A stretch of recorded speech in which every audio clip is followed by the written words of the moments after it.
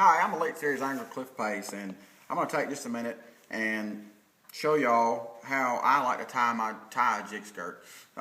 This is a jig that I went fishing with yesterday and had a lot of fun, had a great day on the water, but as you can see, due to all that, the skirt of this bait is essentially destroyed. And I'm going to take and fix this bait and make it new again and make it usable again.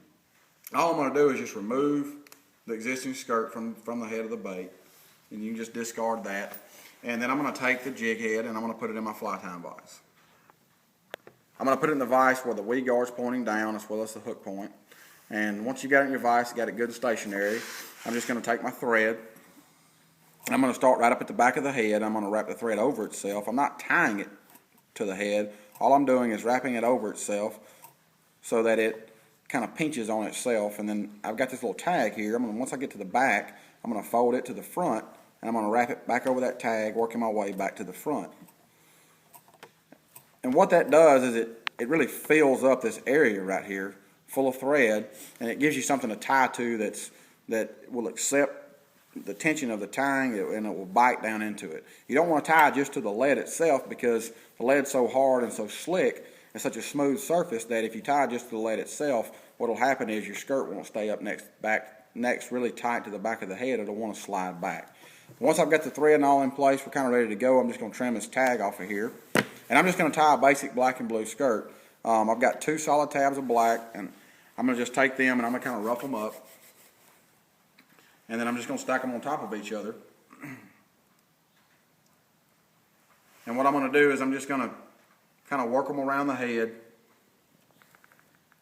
working my way around the bait. And then I'm going to get me about 2 wraps around the bait just to hold the black in place. And then to add my blue accent, I want the blue to be primarily on the bottom of the bait. That's kind of how I like it, but you could put it on the top, or you could put 2 different portions on each side, or you could blend it with the black and tie it all at one time. But I'm going to take about a half a pad of blue here. I'm just going to separate it by basically just tearing it apart. I'm just going to apply a little pressure here and rip the ends of the tab apart where I've got 2 separate halves. You can just set that to the side and use it the next time it's needed. And then I'm going to take the blue and I'm going to lay it in place, and I'm going to go around it twice.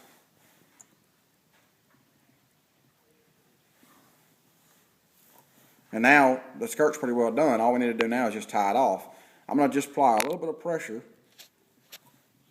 just enough to pinch the silicone nice and snug. You don't want to pull super tight because the thread will actually cut through the material.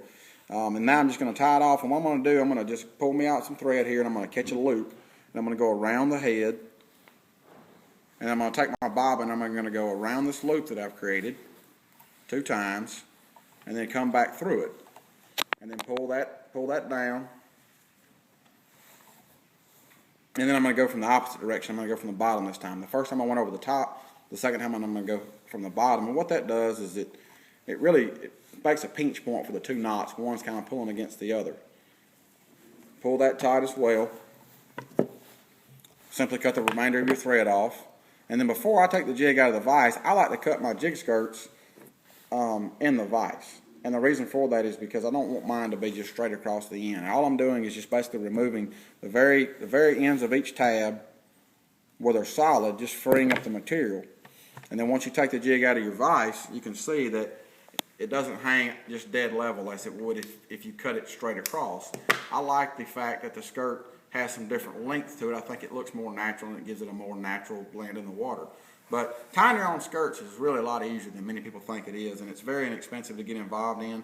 This is a $40 fly tying vise, $5 pair of scissors, and basically a $5 spool of thread and a $5 thread bobbin. So you're not looking at a huge break the bank investments to get started doing this, and it's a lot of fun. You can make any color you basically want, and you can refurbish all those lures that you have that have been damaged over the years and put them back into service. And it's a great way to spend a good rainy day, and it'll keep you fishing when you can't go fishing.